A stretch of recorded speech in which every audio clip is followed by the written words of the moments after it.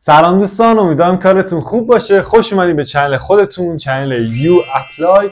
ما توی ویدیوهامون به شما یاد میدیم که چجوری خودتون میتونین برای خودتون اپلای بکنین، از اونجایی که شما بهترین فردی هستین که میتونین به خودتون کمک بکنین. من مهدی ام و توی این ویدیو میخوایم اپلیکیشن یکی از دانشگاه‌های کانادا رو پر بکنیم. بقیه دانشگاه‌های دیگه هم دقیقاً به همین صورت پروسش طی میشه. ما به صورت کامل به شما یاد میدیم که چجوری میتونین این پروسه رو طی کنین. با ما همراه باشین.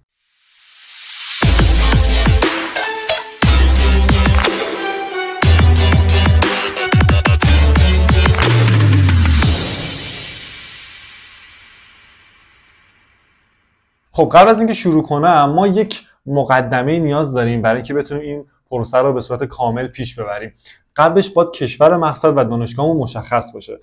اگه ویدیوی شماره 5 رو ندیدین حتما برید یه بار دیگه اون ویدیو رو ببینید. تو این ویدیو گفتم که چجوری میتونیم دانشگاه‌های مختلف رو پیدا بکنیم. بعد از اینکه دانشگاه رو پیدا کردیم حالا باید بریم سراغ در واقع اطلاعاتی که میتونیم از این دانشگاه‌ها به دست بیاریم. توی ویدیوی شماره 6 و 7 هم گفتم که دو تا دانشگاه رو مثال زدم و گفتم که مثلا اگه می‌خوایم برای این دانشگاه اپلای کنین چه نمره زبانی میخواد، چه نمره معدلی میخواد و چه در واقع پیش نیازهای دیگه‌ای داره که شما قبلش باید اینا رو بدونین و بفهمین که این دانشگاه به درتون میخوره یا نه. تو این ویدیو میتونین مطالب راجع به این در واقع موضوعات رو پیدا بکنین و وقتی که اینا رو دیدین حالا میایم سراغ این ویدیو.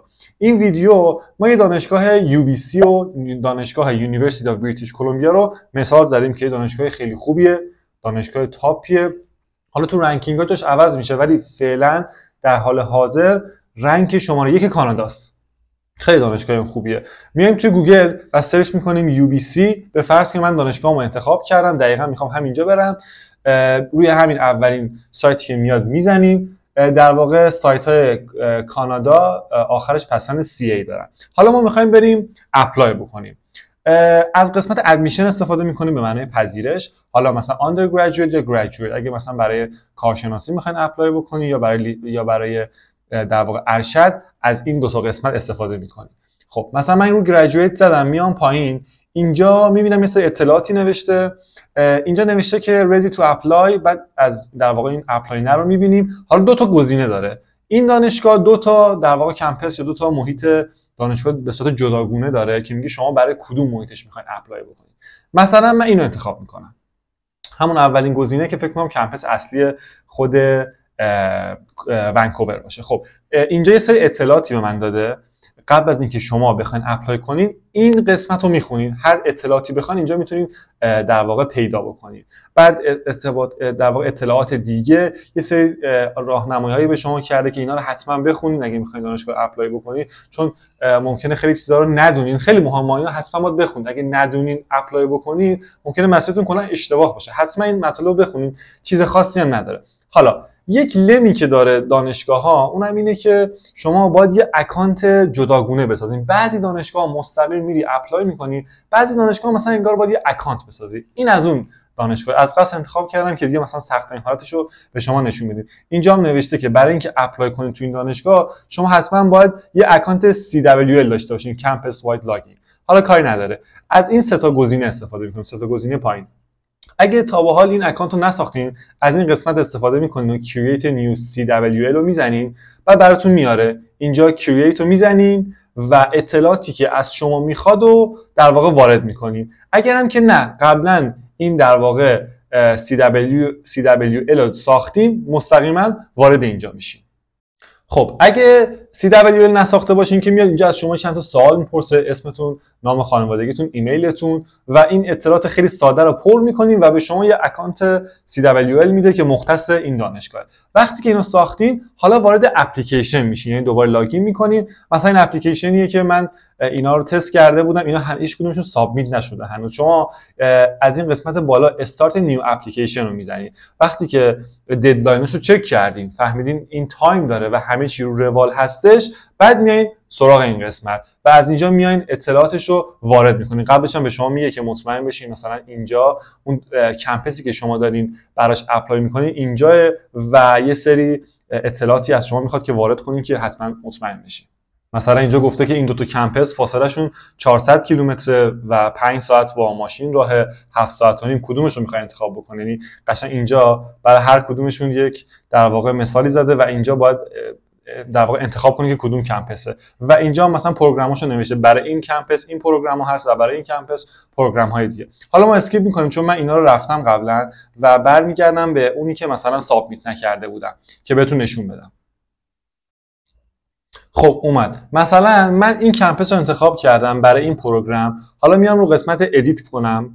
البته این در واقع تاریخش گذشته چون اینجا هم نوشته که در واقع ددلایناش به چه صورتیه برای دامستیک و برای اینترنشنال و اینجا هم قرمز نوشته که کلا این تاریخش گذشته و شما نمیتونید الان وارد بکنید، ولی میخوام کلیشو به شما نشون بدم و با همین کاملا متوجه میشین. این آپشن‌های بالا رو میبینید، اطلاعاتی که از شما میخواد 1 2 3 4 5 6 7 8 9 و 10 تا کلا موضوع هستش که شما باید پر کنین و اطلاعاتتون رو وارد کنین. نترسین که مثلا 10 تا چی میخواد از من بپرسه، الان بهتون نشون میدم که چقدر اطلاعات ساده و قراره شما جواب بدین. خب از اولی شروع کنیم. تو این اولی نوشته که شما چجوری با این دانشگاه آشنا شدید. حالا من نمیتونم روی گزینه‌اش بزنم ولی مثلا نوشته که مثلا از طریق دوستان، آشنایان، از طریق مثلا استادا، همه حالات. اصلا این چیز خاصی نیست، اصلا لازم نیست زیاد راجع بهش صحبت کنیم. کل این اولین سال همینو میگه و شما کافیه انتخاب کنید. مثلا من زدم از سرچ اینترنت، بعد میریم نکست رو میزنیم و وارد قسمت بعدی میشیم.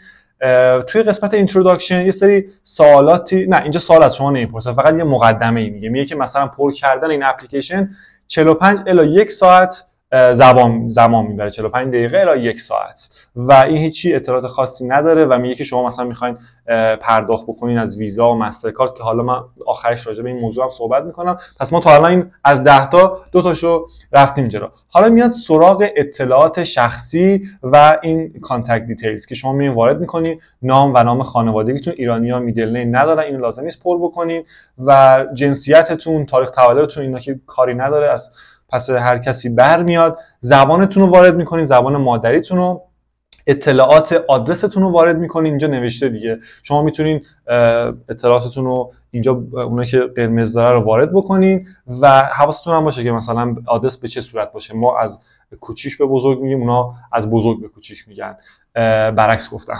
آره. و این قسمت در واقع اختیاری هست، میتونید به این سوال جواب بدین. همین، هیچ چیز سختی نداره. حالا میریم سراغ قسمت چهارم، در واقع تاریخچه آکادمیک شما که از شما سوال میپرسه که شما مقطع قبلیتون چجوری بود و شما اینجا میایین وارد میکنین که مثلا من در واقع این آکادمیک هیستوری یکم اینجوری بوده و اگه مثلا یک آکادمیک هیستوری 2 هم داشتین میتونین اینجا اضافه کنید. مثلا معدلتون رو وارد میکنین، تاریخ شروع به تحصیل و تاریخ اتمامش رو اگه گرفته باشین، مدرکتون رو، اینا رو همه رو وارد میکنین. کلی هم اطلاعات نوشته دیگه، اینا رو میخونین و هیچ کاری نداره. اینم از قسمت 4 تموم شد. حالا تست اسکور اگه مثلا اون پروگرامی که شما انتخاب کردین نمره زبان بخواد، نمره جیاری بخواد، اینجا وارد میکنین. مثلا اینجا مثلا از من تافل خواسته یا اینجا مثلا آیلتس خواسته. مثلا من اگه آزمون آیلتس دادم دیگه با اون قسمت بالاش کاری ندارم، میام نمراتمو وارد میکنم، شماره در واقع آیلتس هم و این اطلاعاتی که همتون دارین اسپسیفیک جداگونه اینا رو نمراتشو وارد میکنین. اگه آیلتس دیگه دادین وارد میکنین، تمام همین. و اگه مثلا آزمون دیگه دارین اینجا آخرش اضافه میکنین. قسمت بعدی بریم، فاندینگ. چی از شما میخواد؟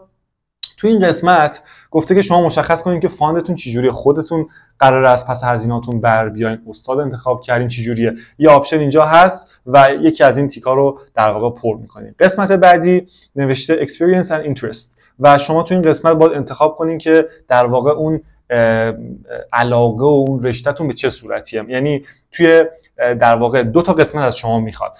قسمت اول بریف استیتمنت که همون مثل SOP میمونه که ما تو ویدیوی شماره 9 راجع بهش صحبت کردیم که شما چجوری میتونید SOP بنویسین خودتون، هیچ کاری نداره. وقتی که نوشتین شما میرین اینجا وارد میکنین و اینجا هم در واقع رزومه میخواد. این اسم دیگه‌شه، کریکولوم ویتای هستش که ما توی ویدیو شماره 8 توضیح دادیم که چجوری میتونید خودتون رزومه طراحی بکنین و اون چیزایی که میخواین رو بنویسین و وقتی که این کار رو کردین میایین اینجا وارد میکنین. کل این قسمت همینه. قسمت بعدی سوالات اضافه هستش که شما باید به این سوالا جواب بدین. یه سوال هم بیشتر نیست و اینو یس و نو میزنین. حالا اگه باز مثلا سوالات دیگه هم اومد به اینا جواب میدین. سوال سخت نیست، قشنگ اینا همه از پسش برمیاین.